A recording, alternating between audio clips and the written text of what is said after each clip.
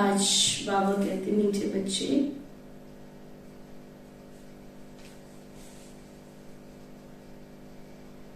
अभी तुम्हारी काया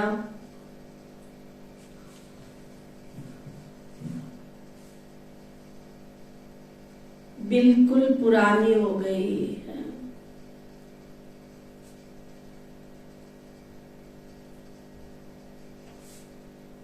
काया बिल्कुल पुरानी हो गई, काया बिल्कुल। बाप आए हैं,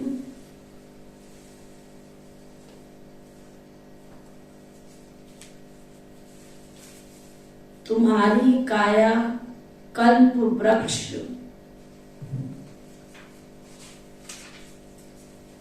समान बनाने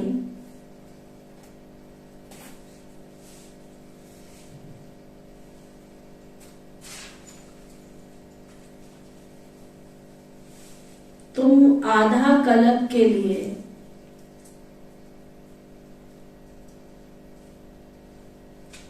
अमर बनते हो।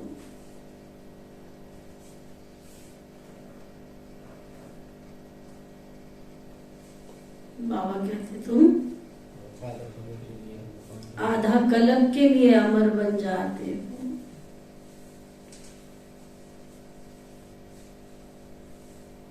बाबा का समझाने का भाव, तुम वर्तमान की काया मत देखो, रोग शोक को मत देखो। अभी तुम योग की शक्ति से के जन्म के लिए निरोगी कंचन काया प्राप्त कर लोगे। फिर बाबा पूछ रहे हैं, इस वंडरफुल नाटक में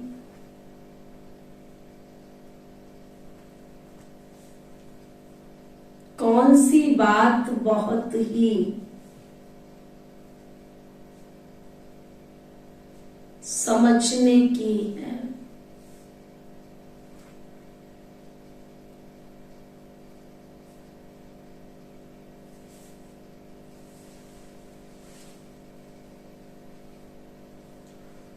तो बाबा बता रहे,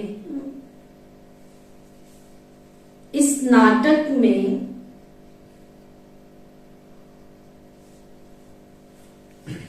जो भी एक्टर्स हैं, पार्टधारी हैं,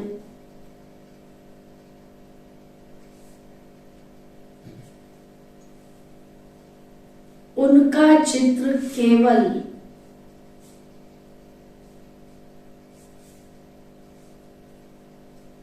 एक बार ही देख सकते हैं।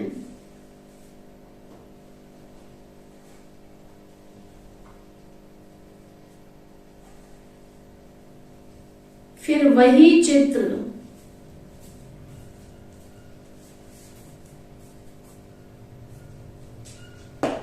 5000 वर्ष के बाद देखेंगे।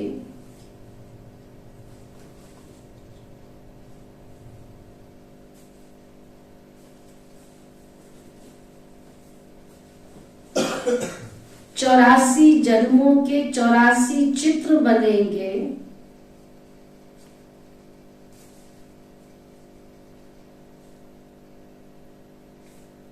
और सभी भिन्न भिन्न होंगे।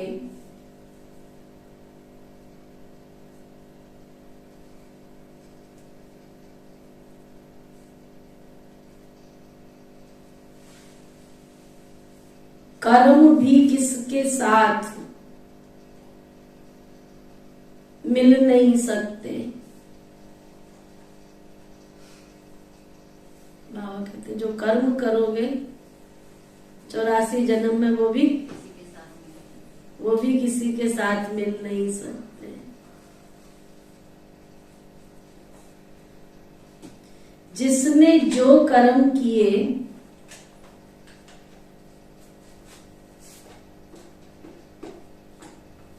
वह फिर 5000 वर्ष के बाद ही करेंगे।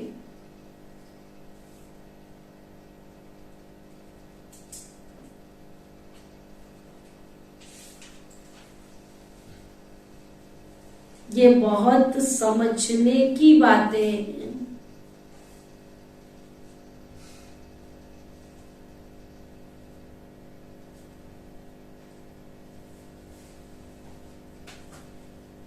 तुम बच्चों की बुद्धि का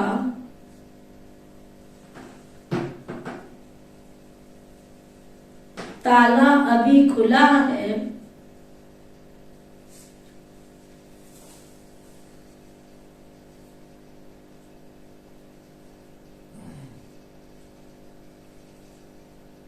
तुम ये राज सबको समझा सकते हो।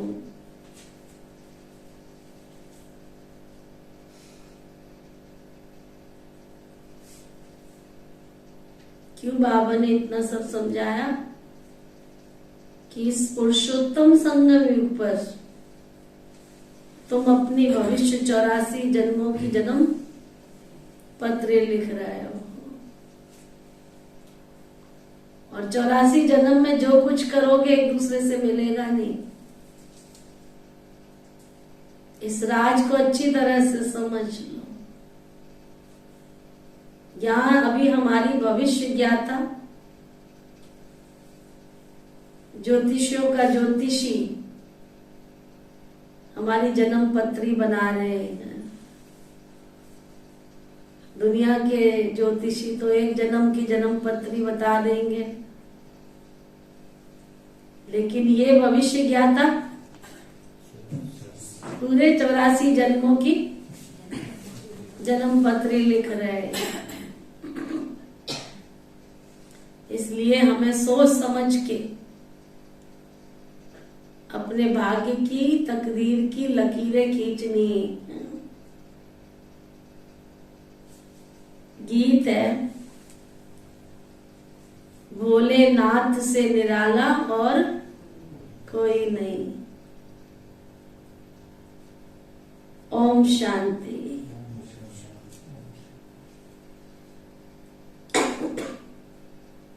भोलानाथ सदैव शिव बाबा को कहा जाता है। शंकर को भी नहीं कहा जाता।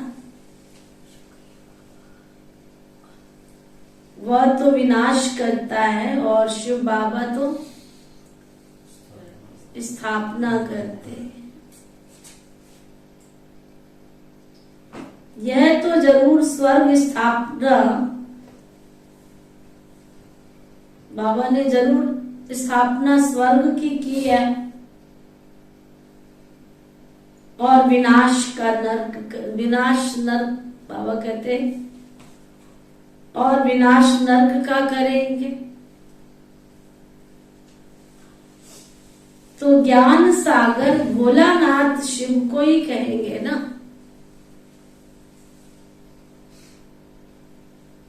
अब तुम बच्चे तो अनुभवी हो, बन गए हो सभी अनुभवी। अनुभव प्राप्त हो गया बाबा का बनने के बाद। कौन से सोच में डूबे हुए हो? ये कुर्सी के शहजादे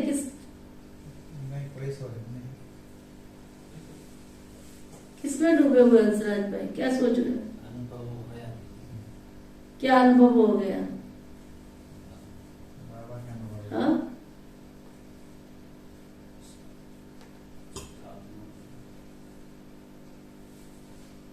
बाबा कहते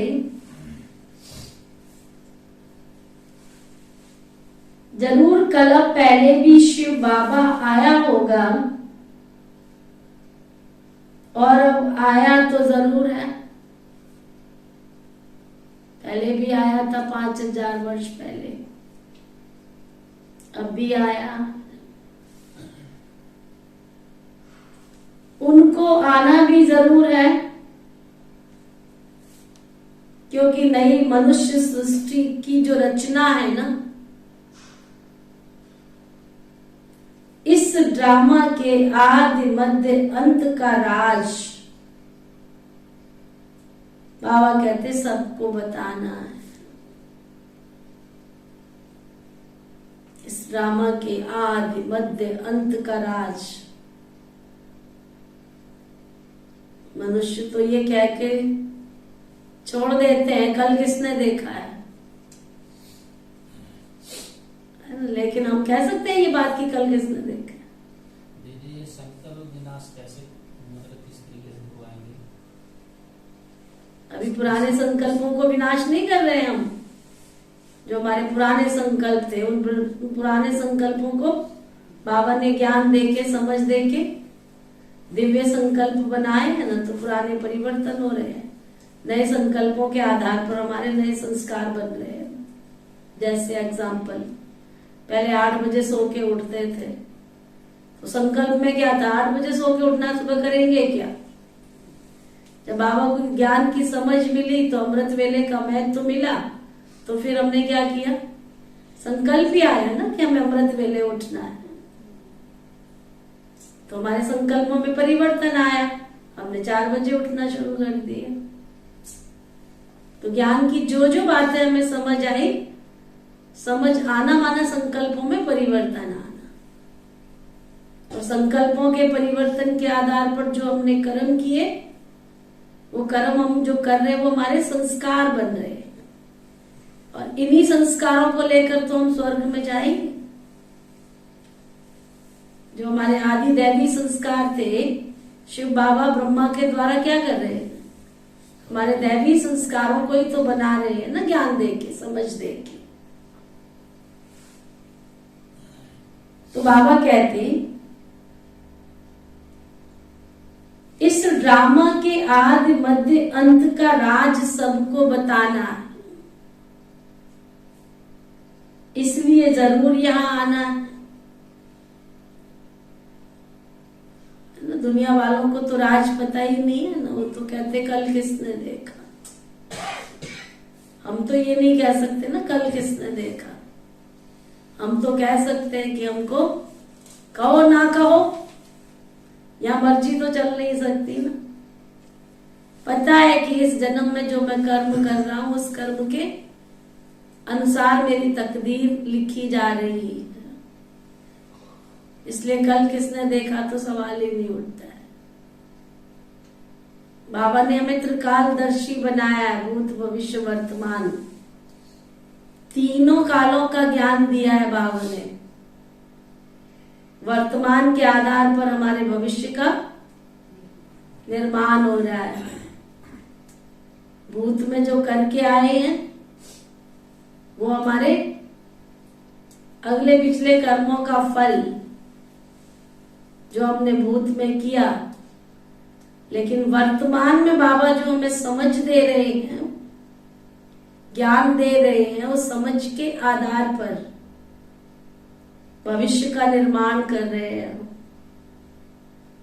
इसलिए दुनिया में कहा जाता है भविष्य वर्तमान की परछाई है। समझ में आया? भविष्य वर्तमान की परछाई है। ये आपका जो वर्तमान जो समय चल रहा है वो ऐसा वैसा नहीं है। ये कमाई का समय चल रहा है, इसलिए बाबा इसको संगम युग को कमाई का युग, धर्माई युग कहते हैं। तुम धर्म क्षेत्र का निर्माण कर रहे हो, धार्मिक संस्कारों का निर्माण कर रहे हो, कमाई, सोर्स ऑफ इनकम, कमाई करने का ये युग चल रहा है।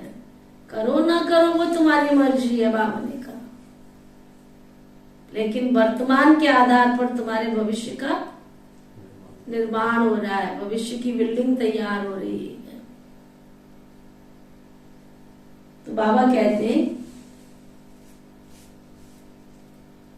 सूक्ष्म वतन में तो नहीं बताएंगे ना, सूक्ष्म वतन की भाषा ही अलग है। मूल वतन में तो भाषा है ही नहीं। यहां है टॉकी, शिव बाबा ही बिगड़ी को बनाने वाला है। जब सृष्टि तमो प्रधान हो जाती है तो सबको सदगति देने वाला भी एक शिव बाबा ही है। सबकी गति सदगति करने वाला एक बेहद का बाप ही है।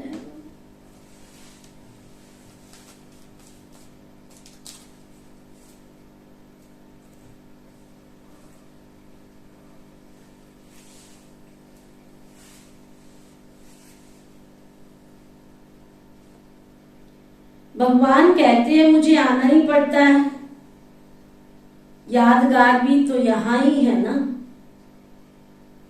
इस नाटक में जो जो मनुष्य के चित्र हैं वह एक ही बार देख सकते हो।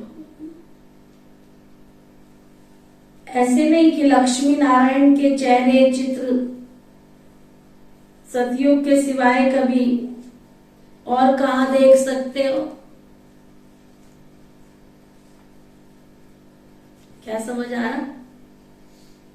जो श्री लक्ष्मी नारायण सतयुग में थे उनको उस रूप में एक ही बार देख सकते हैं। और अलग किसी कल्प में देख सकते हो, किसी युग में देख सकते हो, 80 जन्मों में सभी के अलग अलग अलग। तो जिस रूप में श्री लक्ष्मी श्री नारायण है वो सतयुग में पहला जन्म तो पहला ही जन्म है। उस रूप को तुम सोचो अब हम देख लेंगे तो थोड़ी देखने को मिलेगा। तो बाबा कहते हैं वह पुनर्जन्म लेंगे तो नाम रूप हो जाएगा। वही लक्ष्मी नारायण का रूप एक बार देखा फिर 5000 वर्ष के बाद देखने को मिलेगा। एक कल्प में एक ही बार देखने को मिलेगा। अथाह मनुष्य है संसार में, जैसे गांधी जी का वो चित्र,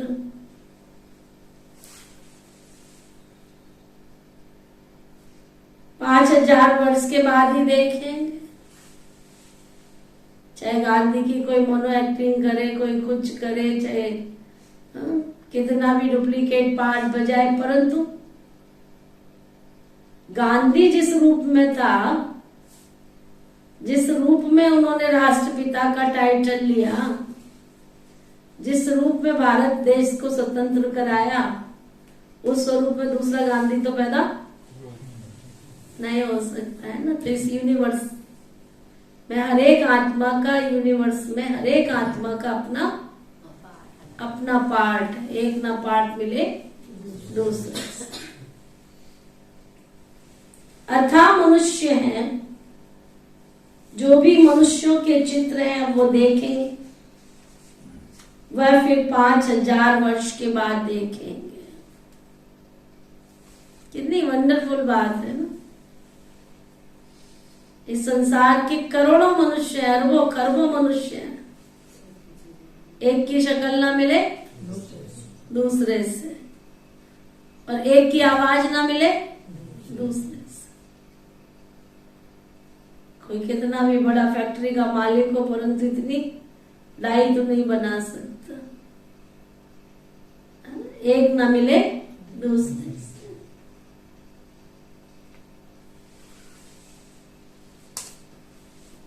84 जन्मों के लिए 84 शरीर बनेंगे, चित्र बनेंगे, और सभी भिन्न भिन्न कर्म होंगे। कर्म भी एक दूसरे के साथ नहीं मिल सकेंगे। हैरानी तो तब होती है जब मनुष्य भोजन शरीर को चलाने के लिए खाता है, उसमें भी सबका स्वाद ना। कितनी वंडरफुल कहानी है। घर में खाना सबके लिए एक जैसा बनता है, लेकिन सबका स्वाद अपना अपना। कोई को तीखा पसंद है, कोई को मीठा पसंद है, कोई को कम नमक वाला पसंद है, कोई को ज्यादा नमक वाला पसंद है, कोई को कम मिर्ची वाला पसंद है, किसी को ज्यादा मिर्ची वाला पसंद। देखो, तो पसंद भी सबकी अपनी अपनी है, स्वाद भी अपना अपना है। कोई कहता है मैंने दाल खानी है, तो कोई कहता है नहीं खानी। पसंद भी देखो ना। सबकी अपनी। एक शॉप पे जाओ कपड़े खरीदने के लिए, कितनी वैरायटी निकाल के डाल देते हैं। इसलिए आजकल तो दुकान का मालिक भी पहले पूछता है तुमने खरीदना है, पहले तो ये बताओ। कहते खरीदना है तभी तो आए तेरी दुकान पे। कितनी वैरायटी दिखाता है वो। अब आप सोचो कि इतनी वैरायटी जो बन के उसकी दुकान में आई है, वो दुकान में रखने के लिए तो नहीं आई है। बिकेगी तो सही, उसकी जाएगी तो सही, परंतु उसकी चॉइस लेने वाला, देखने वाला है ना। कितनी वंडरफुल कहानी है। 50 पीस एक चीज के मंगाए हैं उसने, उसकी वैरायटी 50। वो 50 बिकेगी, लेकिन 50 व्यक्तियों की पसंद अपनी अपनी। तो बाबा कहते हैं जिसने जो कर्म किया वो कर्म भी सबके अपने अपने, वही कर्म 5000 वर्ष के बाद करेंगे। ये बहुत समझने की बात है। बाबा का चित्र है, हम समझते हैं जरूर। पहले पहले सृष्टि रचने तो वही आया होगा। तुम्हारी बुद्धि का अब ताला खुला है, अभी तुम समझते हो। अब फिर औरों का भी ऐसे ताला खोलना है। रोज बाबा काम देता है क्या? तुम्हारी बुद्धि का ताला खुला है? किस किस का खुला है? खुला है ताला? ताले खुले। तो बाबा कहते फिर काम क्या करना है? तुम्हें औरों का भी ताला खोलना है। निराकार बाप जरूर परम धाम में रहते होंगे, जैसे तुम मेरे साथ रहते हो।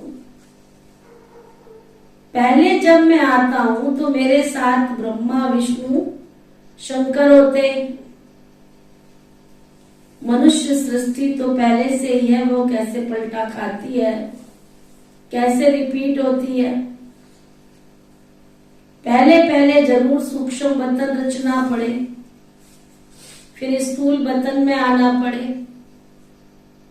परम धाम से बाबा आता है तो पहले पहले उसको सूक्ष्म वतन बनाना पड़े तभी तो आके अपना कारोबार करे।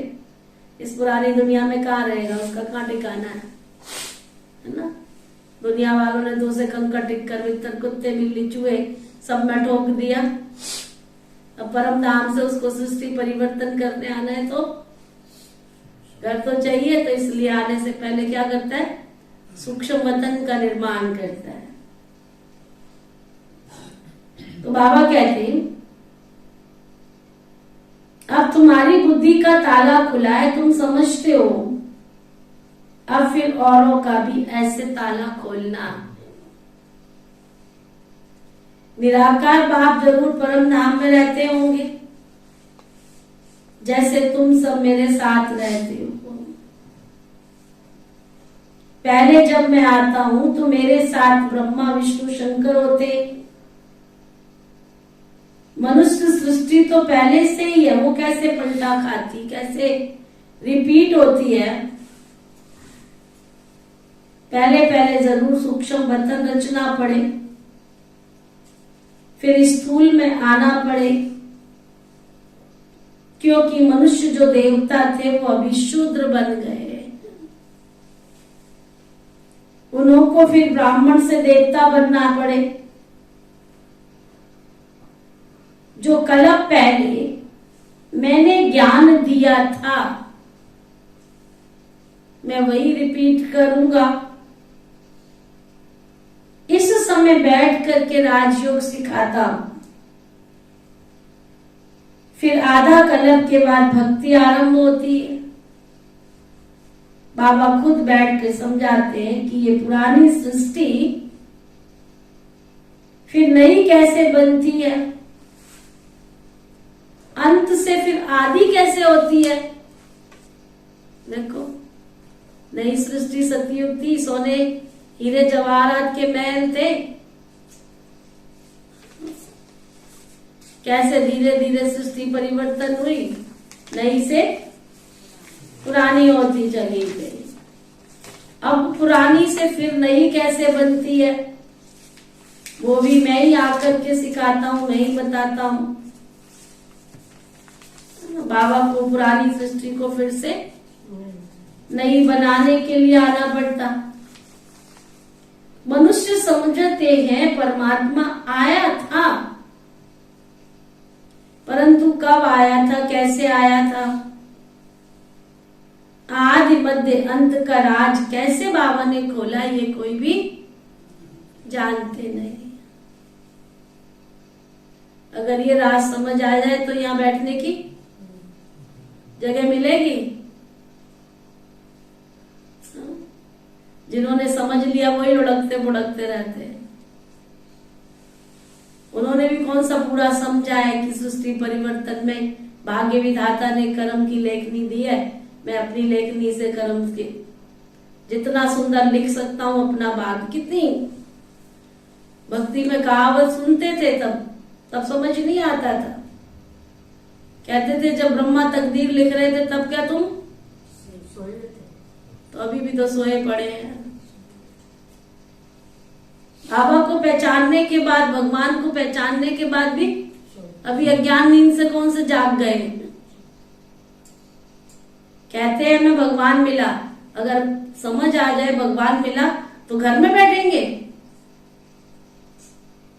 भगवान पढ़ाने आया है, तकदीर लिखने आया है, घर में बैठेंगे, उनको नींद आएगी। वो ऐसा पुरुषार्थ करेंगे जैसे तुम लोग कर रहे हो, ऐसा पुरुषार्थ करेंगे। भगवान ने कर्म की लेखनी दी है, लिख लो लिख लो लिख लो। भाग्य विधाता ने लेखनी दी है, जितनी लंबी खींचना चाहे खींच लो। फिर का भाग्य से ज्यादा समय से पहले बोलो किसने पाया है। तो इस समय ब्रह्मा तकदीर लिख नहीं रहे हैं, बल्कि तकदीर लिख नहीं रहे बल्कि कर्म की लेखनी सबके हाथ में दे दिया। अब तुम लिख लो। तुम भी मास्टर भाग्य विधाता हो, तुमने जो अपनी किताब में लिखना है ना, जन्म पत्री में लिख लो। छुट्टी दिया उसने, फिर भी फिर भी लिखने का है ना हैरानी। आदि मध्य अंत का राज कैसे खोला ये भी तुम जानते हो। बाबा कहते फिर मैं सम्मुख आया हूं सभी को सदगति देने के लिए। माया रावण ने सभी की किस्मत बिगाड़ दी है, तो बिगड़ी को बनाने वाला तो जरूर कोई चाहिए। बाबा कहते 5000 वर्ष पहले भी मैं ब्रह्मा के तन में आया था। मनुष्य सृष्टि जरूर यहां ही रची है, यहां ही आकर के सृष्टि को पलटाए काया कल्प समान बना देते। अब तुम्हारी काया बिल्कुल पुरानी हो गई है, इसको फिर से ऐसा बनाते हैं जो तुम आधा कल्प के लिए बिल्कुल अमर बन जाते हो। शरीर बदलते हो परंतु खुशी से, जैसे पुराना चोला छोड़ नया लेते। वहां ऐसे नहीं कहेंगे फलाना मर गया, उनको मरना नहीं कहा जाता। जैसे तुम यहां जीते जी मरते हो तो तुम मरे थोड़े ही हो कोई। तुम तो शिव बाबा के बने हो ना। बाबा कहते तुम मेरे नूरे रतन सिकीलदे बच्चे हो। शिव बाबा भी कहते हो तो ब्रह्मा बाबा भी कहते हो। वह निराकारी बाप और ये है साकारी बाप। वह निराकारी बाप और ये है कौन? शिव बाबा है निराकारी और साकारी है ब्रह्मा। अभी तुम कहते हो बाबा आप तो वही हो ना, हम भी वही है जो आकर फिर मिले हैं। बाबा कहते मैं आकर के स्वर्ग की स्थापना करता हूं। राजा ही तो जरूर चाहिए ना। शब्द कितना छोटा, राजा ही तो। कोई भी कारोबार संभालने के लिए मुखिया तो एक चाहिए होता है। अगर घर है तो घर को, नौकरी की है तो नौकरी में, दुकान है तो दुकान में एक तो मालिक चाहिए ना, तभी कारोबार करा सके। तो सृष्टि के परिवर्तन में राजा ही करनी है, तो राजा ही करने के लिए फिर राजा तो बनना पड़े ना। इसलिए मैं तुम्हें राजयोग सिखाता हूं। पीछे तो तुमको राजा ही मिल जाएगी, फिर इस ज्ञान की कोई दरकार नहीं रहती। सुना क्या? सुना क्या? समझ आया? यहां तुम अभी पढ़ रहे हो, जब तुमको क्लास पास कर लोगे, डिग्री मिल जाएगी, फिर नौकर बनो, चाकर बनो। तुम्हें कहीं देखो आजकल तो क्या सिस्टम निकला है, जिस स्कूल में पढ़ते हैं उस स्कूल में नौकरी मिल जाती है। वहीं के टीचर वहीं के प्रोफेसर बन जाते हैं, वहीं के इंजीनियर बन जाते हैं, वहीं के डॉक्टर बन जाते हैं। कहीं बाहर जाने की जरूरत ही नहीं। तो यहां भी बाबा क्या कर रहे हैं? इस स्कूल में बाबा कहते हैं सब राजा ही स्थापन हो रही है। देखो हमें पता है, फिर भी उस स्कूल में भी क्या होता है, उसी स्कूल में पढ़ने वाला कोई प्रिंसिपल बनता है, कोई लेक्चरर बनता है, कोई सर्वेंट ही बन के रह जाता है। हम जिस स्कूल में पढ़े थे ना, जहां हमने लॉ की स्टडी की, देखो उस स्कूल से कितने बच्चे निकले। कोई देश चले गए, कोई विदेश चले गए, कोई ब्रह्मा कुमार कुमारी बन गए, कोई विश्व के कोने कोने में चले गए। एक दिन मैं जब घर गई तो मैंने देखा, वो भी हमारे बाबा के घर में आती है ना। उसने सारी उम्र उस स्कूल में चपरासी का ही काम किया बेचारी। देखो छोटेपन में हमने देखा था उसको, और बुढ़ी हो गई उसी स्कूल में चपरासी की नौकरी करते करते। कितने उस स्कूल से बच्चे निकले, कोई प्रिंसिपल बने, कोई डॉक्टर बने, कोई वकील बने, कोई इंजीनियर बने, कोई हमारे जैसे ब्रह्मा कुमार कुमारी बने। तो ये भी बाबा बार बार पक्का करा था, बच्चे तुम्हारी राजाई स्थापन हो रही है, इसलिए सोच समझ के कर्म करो। ऐसा ना हो कि जिनके बीच में यहाँ बैठे हो उन्हीं के बीच में तुम्हें भी दास दासी बनना पड़े, तुम्हें भी चपरासी की नौकरी करनी पड़े। करनी तो पड़ेगी ना, जीवन यापन करना है, जीवन से कोई छूट तो सकता नहीं, तो करनी तो पड़ेगी। जीवन यापन करना है तो कोई खुशी से थोड़ी कोई चपरासी की नौकरी लेता है।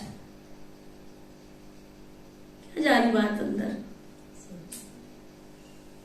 सोचो, हर एक अपना अपना सोचो।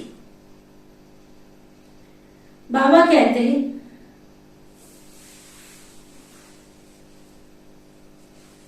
जब तुम्हारी काया पुरानी हो जाती है तो बाप आकर के तुम्हें सिखाते, बच्चे मैं तुम्हें राजयोग सिखाता हूं, पीछे तो तुमको राजाई मिल जाएगी, फिर तुम्हें इस ज्ञान की वहां कोई दरकार नहीं रहती। फिर ये शास्त्र आदि सब तुम्हारे भक्ति में काम आते हैं, पढ़ते रहते हैं। जैसे कोई बड़े आदमी हिस्ट्री ज्योग्राफी लिख कर जाते हैं, वह पीछे पढ़ते रहते हैं, अथाह अथाह किताब। मनुष्य पढ़ते ही रहते हैं, स्वर्ग में तो कुछ भी नहीं होगा, वहां तो एक ही भाषा होगी। आप कहते हैं अब मैं आया हूं सृष्टि को नया बनाने के लिए, पहले नई थी अब पुरानी हो गई है।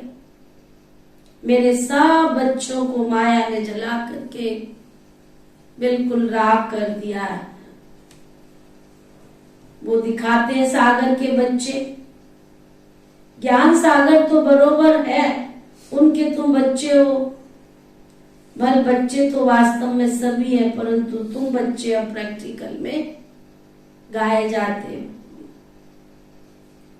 तुम्हारे कारण ही बाप आते हैं, कहते हैं मैं आया हूं फिर से तुम बच्चों को सुरजीत करने।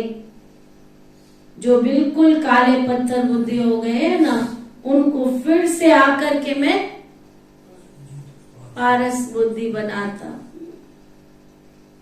तुम जानते हो इस ज्ञान से हम पारस बुद्धि कैसे बनते। जब तुम पारस बुद्धि बन जाएंगे तब ये दुनिया भी पत्थर बुद्धि से बदल पारस बुद्धि बन जाएगी। जिसके लिए बाबा पुरुषार्थ कराते रहते हैं, तो बाबा को जरूर मनुष्य सृष्टि रचने के लिए यहां आना पड़ेगा ना। जिसके तन में आते हैं उनके द्वारा मुखवंशावली बनाते हैं, तो ये हो गई माता। कितनी गुह्य बात है तो मेल। इसमें बाबा आते हैं तो ये माता कैसे हुई, इस पर ही मूंछ पड़ते। तुम सिद्ध करके बताते हो ये माता पिता ब्रह्मा सरस्वती दोनों कल्प वृक्ष के नीचे बैठे हैं। राजयोग सीख रहे हैं तो जरूर उनको गुरु भी चाहिए। ब्रह्मा सरस्वती और बच्चे सभी को राज ऋषि कहते हैं ना। राजाई के लिए कितना योग लगाते हैं। बाप आकर राजयोग और ज्ञान सिखलाते हैं जो और कोई मनुष्य तुमको सिखला न सके। ना कोई का राजयोग है, न तो सिर्फ कहेंगे कहने मात्र योग सीखो। हठ योग तो अनेक प्रकार के होते हैं, राजयोग कोई भी सिखला न सके। सुना बाबा कहते हठ योग तो बहुत प्रकार के होते हैं। कितने देखो कितने सारे, कोई प्राणायाम कर रहा है, कोई एक्सरसाइज कर रहा है, कोई योगासन कर रहा है, कोई एक टांग पर खड़े हो रहा है।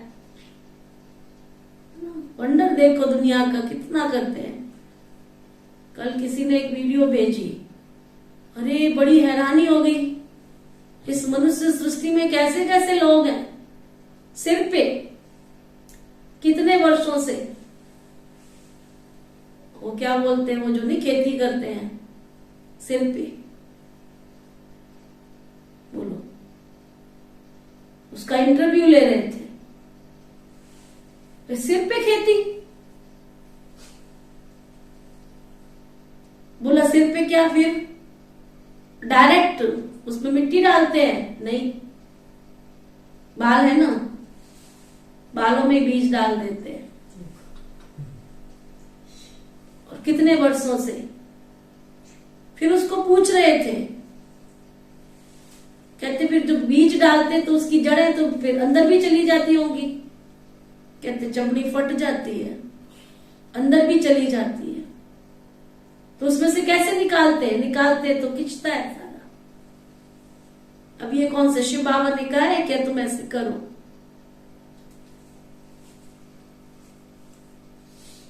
ये सब क्या, ये हठ क्रियाएं हैं, बाबा कहते हैं।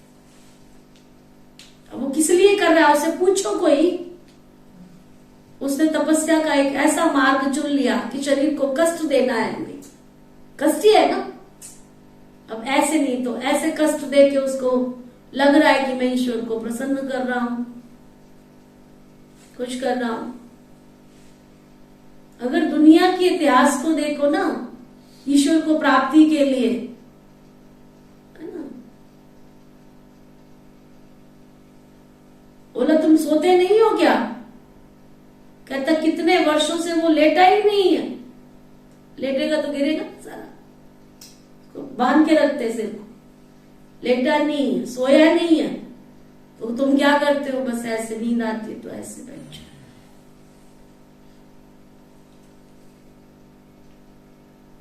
ये क्या है? भगवान ने कौन से शास्त्र में लिखा है मुझे बताओ, ढूंढ के लाओ, कोई गीता, कोई रामायण, कोई उपनिषद, जिसमें भगवान ने ये लिखा हो कि तुम ऐसे हठ क्रियाएं करो।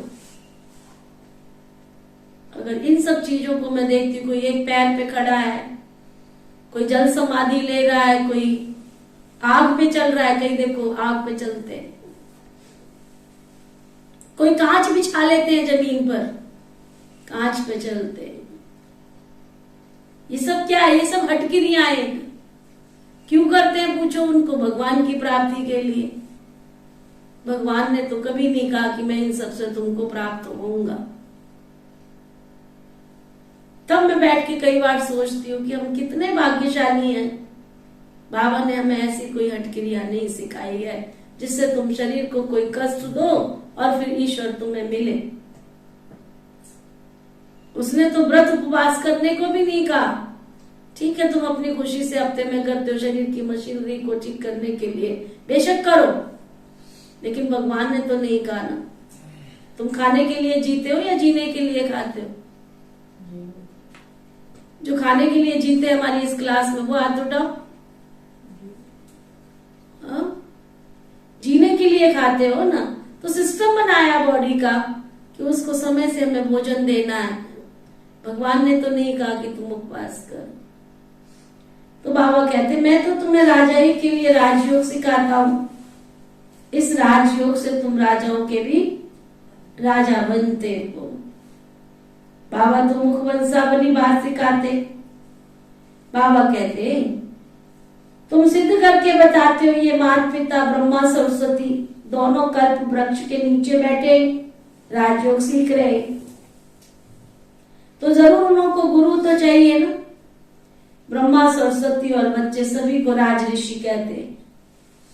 राजाई के लिए योग लगाते हैं, बाप आकर राजयोग और ज्ञान सिखाते हैं, जो और कोई ऐसा ज्ञान योग तुमको सिखा न सके।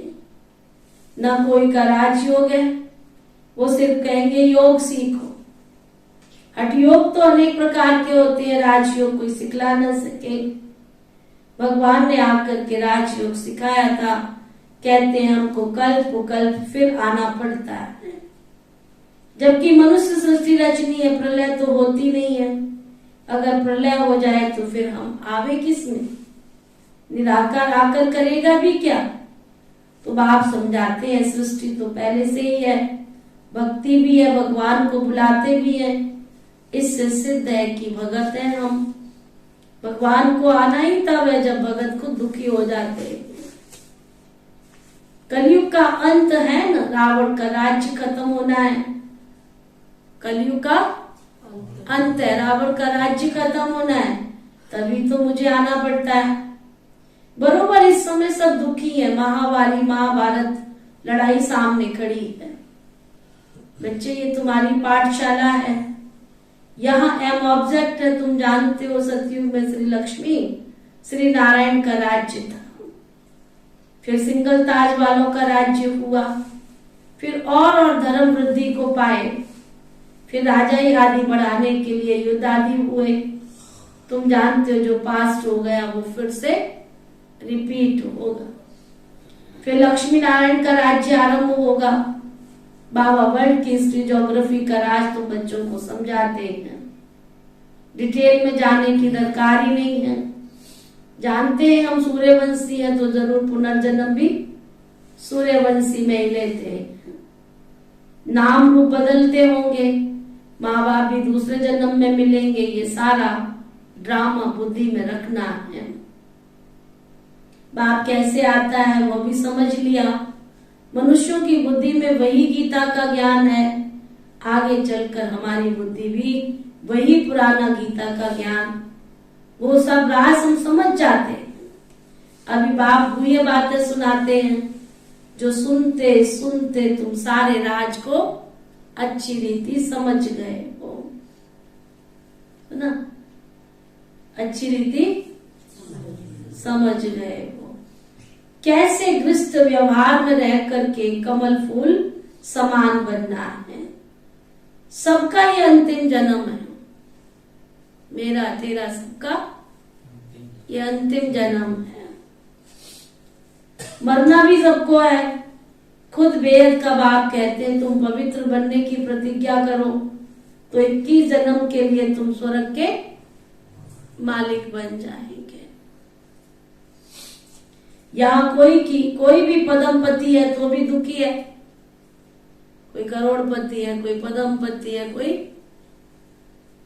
कुछ भी है, ढूंढ के लाओ, कोई घर ढूंढ के लाओ, है ना। वो दुनिया में सुनाते हैं एक माता बहुत दुखी हो गई, उसके बच्चे ने शरीर छोड़ दिया, बहुत दुखी थी, किसी महात्मा जी के पास गई, बहुत दुखी थी, बहुत समझाया उन्होंने, उसको समझ में ही नहीं आ रहा था, समझ में ही नहीं आ रहा था। उसने कहा माता एक काम कर, ये कटोरी लेके जा और मुझे उस घर का दाना चाहिए इस कटोरी में जिसके घर में कोई आज तक मरा ही ना हो, इस संसार से कोई गया ही ना हो, बड़े नशे से गई। कहती ये क्या बड़ी बात है, एक कटोरी दाना ही तो चाहिए, लेकिन शर्त क्या रखी, जिसके घर में कोई मरा ही ना हो। तो पूरे गांव में चक्कर लगा करके आई, कोई घर मिला उसको ऐसा, कोई घर मिला, कोई घर नहीं मिला। उसको समझ आया इस संसार में जो व्यक्ति आया है उसको जाना जरूर है। तो बाबा कहते हाँ, सतयुग में मरने को मरना नहीं कहा जाता है, तुम्हारी काया कल्पतरु हो जाती है। बाप कहते हैं यहाँ आएंगे वही जो सूर्यवंशी चंद्रवंशी कामचिता पर बैठकर सावरे हो गए। इसलिए राधे कृष्ण श्री नारायण सबको सावरा दिखाते। अभी तो सभी सावरे कामचिता पर बैठने से सावरे हो जाते। अब तुमको कामचिता से उतर कर बाबा ज्ञान चिता पर बिठाते। विष का हथियाला कैंसल कर ज्ञान अमृत का हथियाला बांधना है।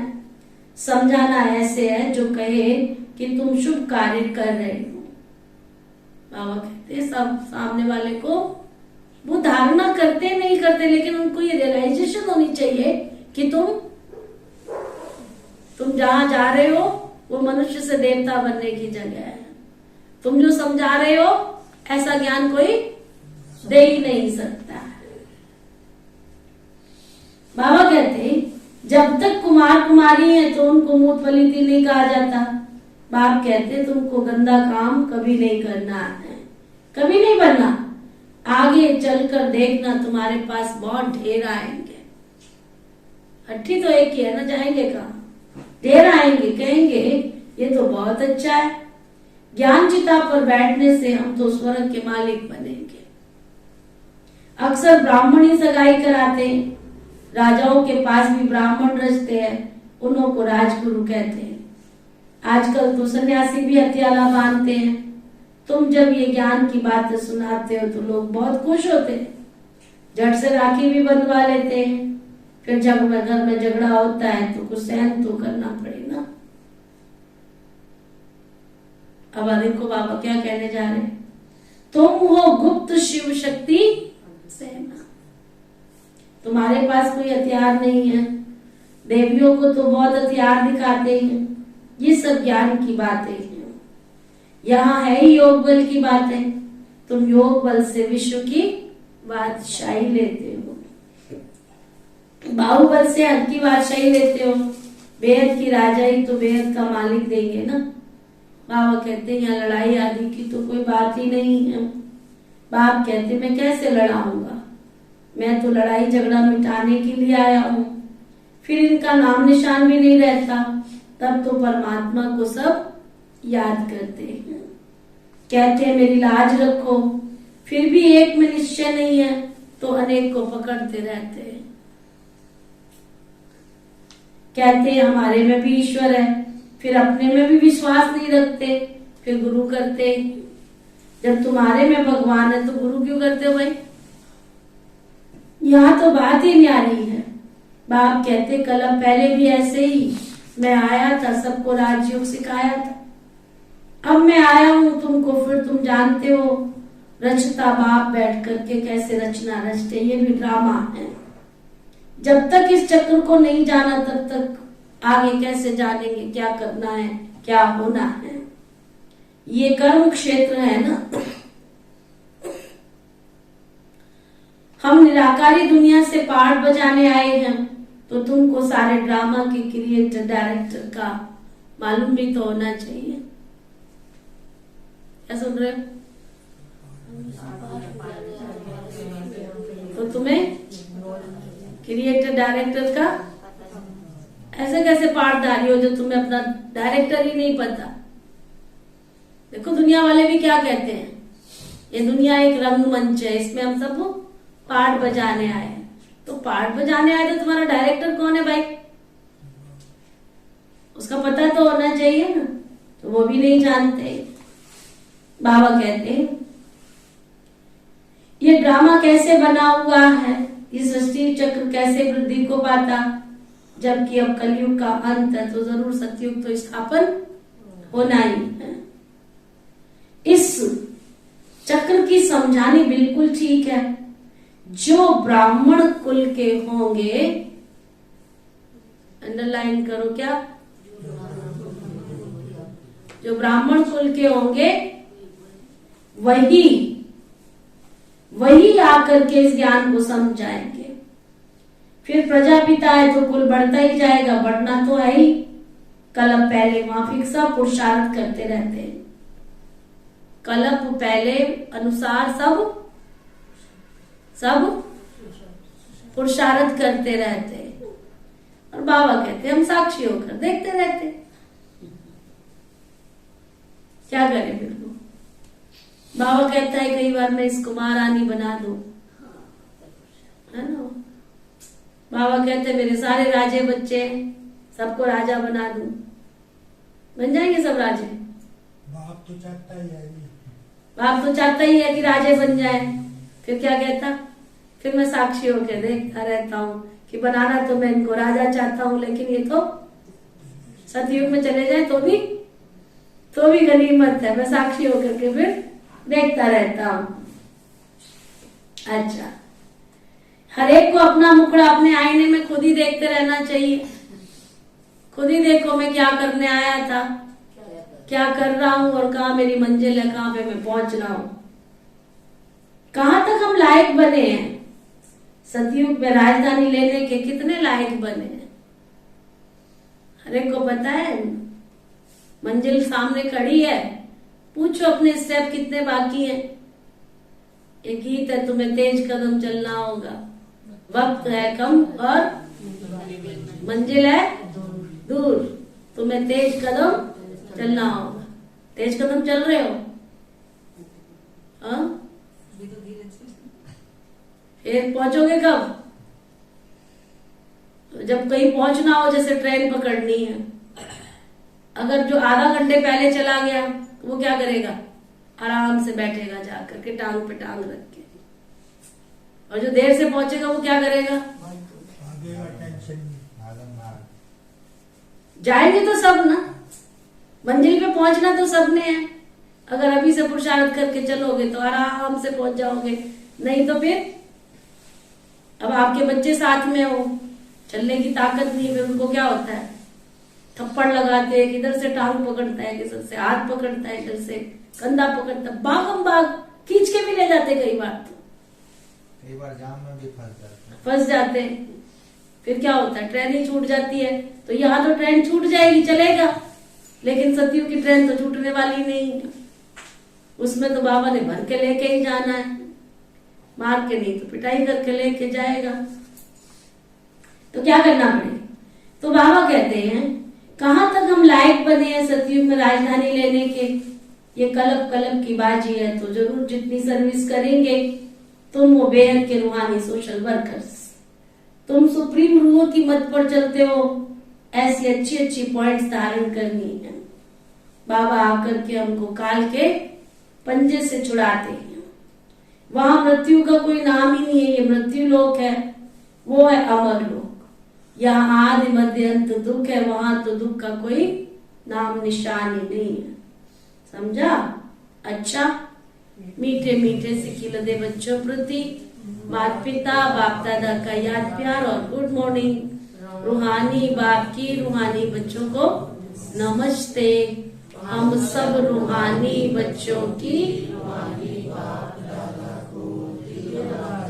सिख व प्रेम से नमस्ते नमस्ते नमस्ते जी। धारणा के लिए मुख्य सार, हम निराकारी और साकारी दोनों बाप के सिक्की लदे नूरे रतन हैं।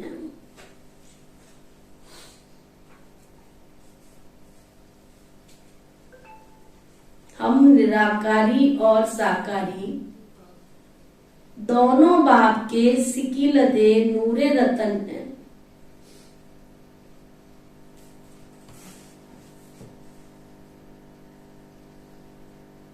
हम शिव बाबा के जीते जी वारिस बने।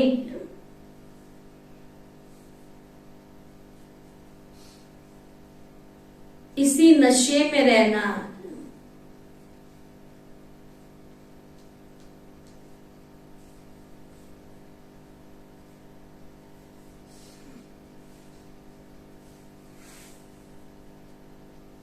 योग बल से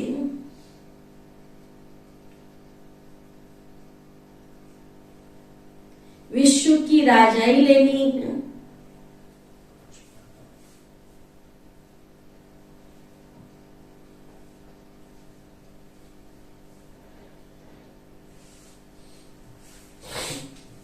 पवित्रता की राखी बांधी है,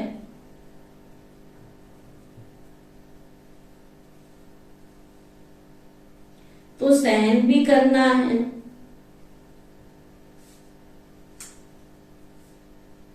पतित कभी नहीं बनना।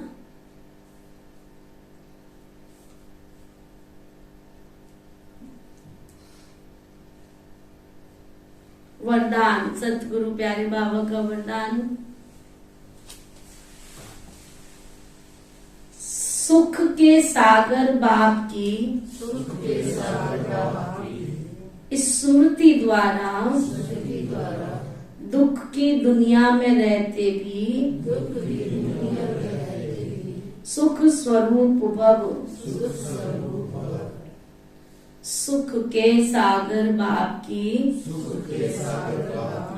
इस स्मृति द्वारा दुख की दुनिया में रहते हुए सुख स्वरूप भव।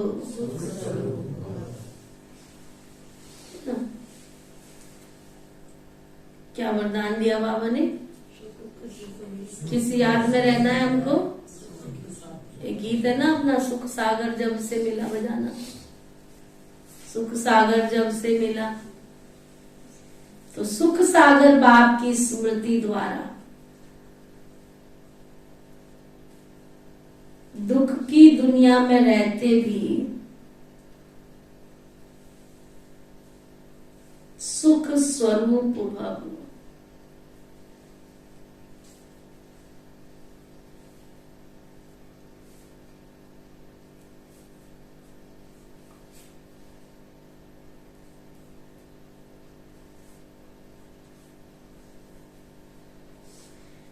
सदा सुख के सागर बाप की स्मृति में रहो तो सुख स्वरूप बन जाएंगे।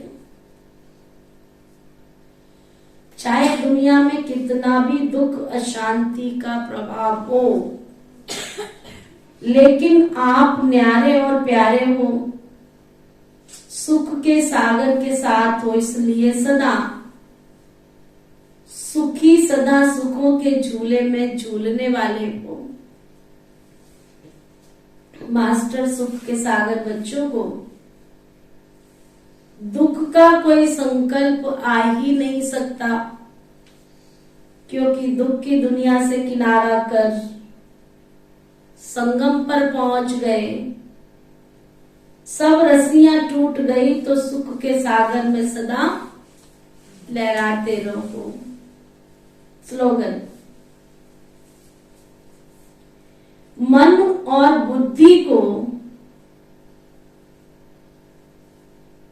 एक ही पावरफुल स्थिति में स्थित करना ही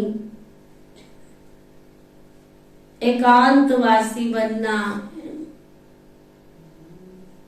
मन और बुद्धि को एक ही पावरफुल स्थिति में स्थित करना ही एकांतवासी बनना है ना, एकांतवासी बनना है। एकांतवासी का मतलब ये नहीं कि छत पे जाके बैठ जाओ, कमरा बंद करके बैठ जाओ, नहीं, बेशक छत पे जाओ, कमरा बंद करके बैठो, बगीचे में जाओ, लेकिन सब जगह जाते हुए भी बुद्धि कहाँ हो? एक के अंत में। आज का रूहानी इंजेक्शन, रूहानी अव्यक्त इशारा, जो भी आत्माएं वाणी के द्वारा व प्रैक्टिकल लाइफ के प्रभाव के द्वारा संपर्क में आई है,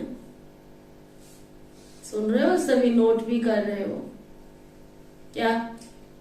चाहे आपने ज्ञान सुनाया है किसी को, चाहे आपने किसी की मनसा सेवा की है, किसी को रूहानी वाइब्रेशंस दिए हैं, या किसी की समय पर कोई हेल्प किए हैं, आपके चरित्र को देख के, आपके व्यवहार को देख के आपके संपर्क में आई है, तो संपर्क में आने के उम्मीदवार हैं। उन आत्माओं को रूहानी शक्ति का अनुभव कराओ। समझ में आया क्या? क्या समझ में आया? कैसे कराओगे रूहानी अनुभव? अब कल जो प्रोग्राम रखा है इसीलिए रखा है ना, तो खुद के ही नखरे नहीं पूरे होते हैं, ऐसे बैठ जाते हैं जैसे किसी ने मार के बिठाया हो। अरे कईयों का जीवन तो ऐसे लगता है, ना कोई उमंग है ना कोई तरंग है, जीवन जैसे बन गया कटी पतंग है।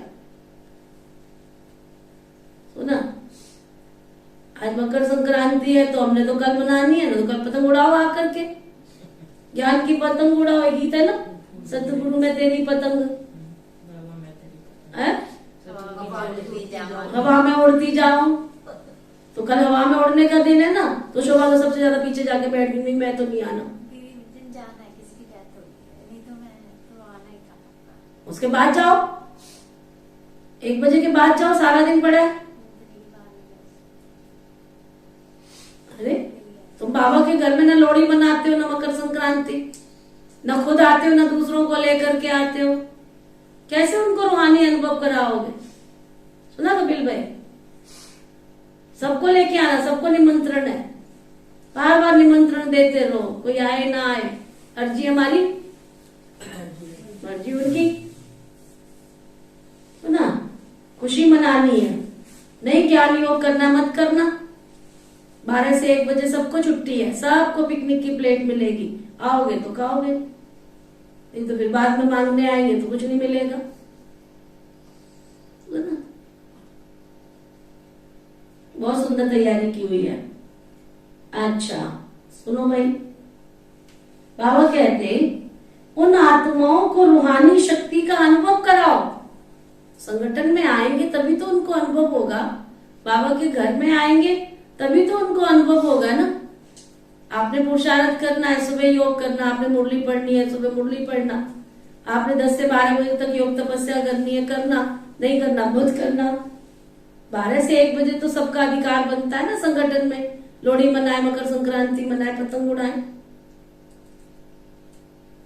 अगर स्कूल पतंग नहीं उड़ानी है, दाव पे जिंदगी के खेलने की नहीं खेलने, बाबा के साथ पतंग उड़ाना। कितना प्यारा गीत है, मैं तेरी पतंग अब आगे चल उड़ती जावा, छद्दी ना तू डोर कटी जाओ, नहीं तो अगर छोड़ दोगे तो पतंग कट जाएगी मेरी। तो इसलिए सबको कल खुला निमंत्रण है, सब बेटे बहू रिश्तेदार नातेदार सबको बुलाना है ना। बाबा कहते उन आत्माओं को रूहानी शक्ति का अनुभव कराओ। जैसे भक्त लोग स्थूल भोजन का व्रत रखते हैं, कितनी अच्छी बात बाबा बता रहे हैं, लिख के जाना, डायरी बनी जानी। ऐसी डायरियों का क्या काम में आएगा जब खुद ही धारण नहीं करते।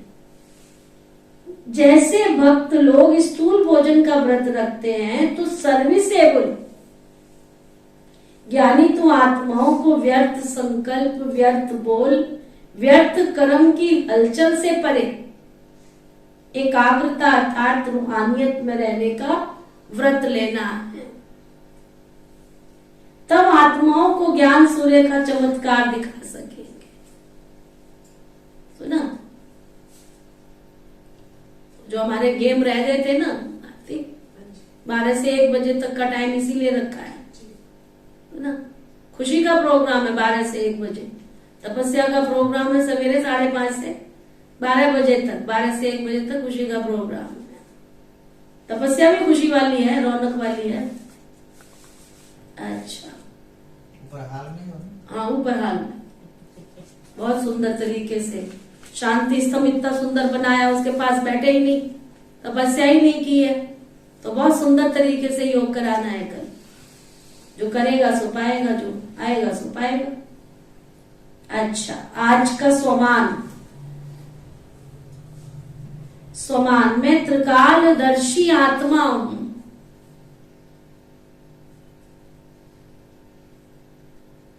मैं त्रिकालदर्शी आत्मा हूं।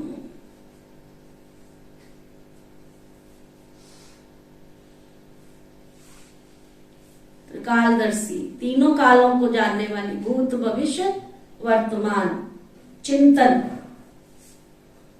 त्रिकालदर्शी स्थिति क्या है? इस स्थिति में रहने से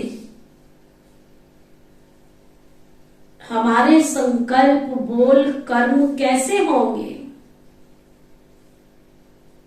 अगर मैं त्रिकालदर्शी स्थिति में होती हूं तो मेरे बोल कैसे होंगे, मेरे कर्म कैसे होंगे, मेरे संस्कार कैसे होंगे, ये सब चिंतन करना, लिखना। योगाभ्यास। मैं श्रेष्ठ आत्मा हूं, इस स्वमान में स्थित होकर हर संकल्प, बोल, कर्म करते हुए नॉलेजफुल त्रिकालदर्शी की सीट पर सेट होकर अनुभव करो। बड़ा अच्छी बात बाबा बता रहे, जो हो गया वो भी अच्छा, जो हो रहा है वो भी अच्छा, और जो होने वाला है वो तो है ही बहुत अच्छा। इस स्मृति से उड़ती कला का अनुभव करें। के ओम शांति शांति शांति।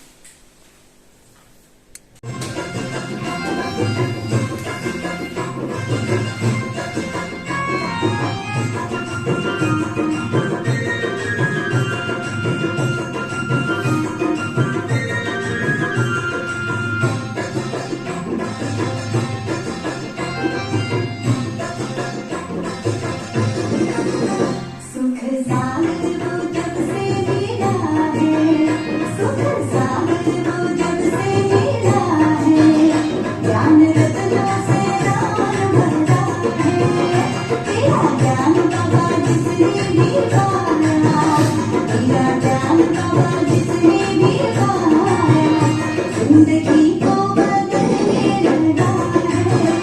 सुख सागर वो जब से मिला है, ज्ञान रत्नों से राम भरा है, ज्ञान रत्नों से राम भरा है।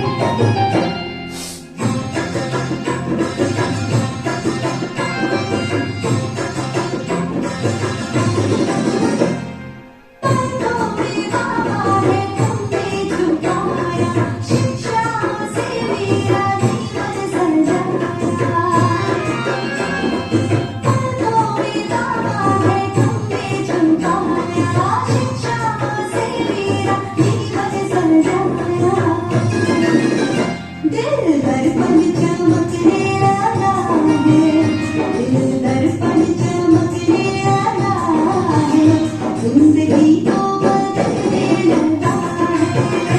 सुख सागर वो जब से मिला है, ज्ञान रत्नों से राम भरा है। सुख सागर वो जब से मिला है, ज्ञान रत्नों